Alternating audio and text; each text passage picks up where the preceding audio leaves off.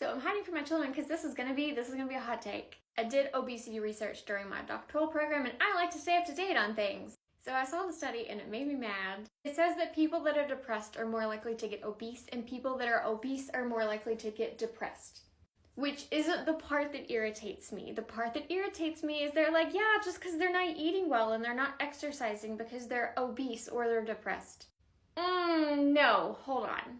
Talk to me about ADHD then, if that's the cause, right? Individuals that have ADHD that are unmedicated have a higher risk of developing obesity than people with ADHD that are medicated. And you can say, oh, it's because we're giving them drugs, we're giving them stimulants.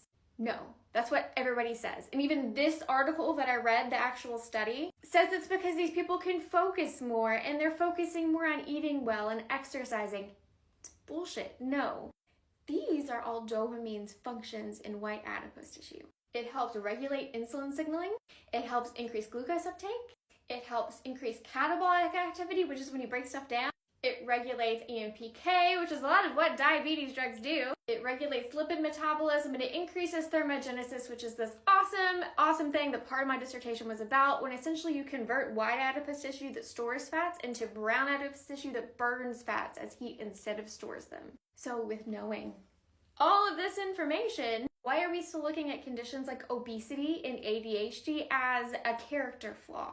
Because if it was a character flaw, if you would medicate people with ADHD with stimulants, they would still have an increased risk of obesity. I cannot wait until we start treating conditions like this as biochemical imbalances in the brain that are okay. I wouldn't tell a diabetic that they couldn't have their insulin because it was a character flaw to need it. What is even more terrifying is that if you have ADHD and you're an adult, only 20% of you know. So 80% of people with ADHD are just walking around there, don't even know that they have it. And if you do have it, only like 1/4 of you are actually getting treatment for it. Because again, we treat obesity like it's a character flaw and not a symptom of something larger going on. Maybe we should start looking at why people are obese instead of just saying, oh, maybe you really need to work on eating better and exercising.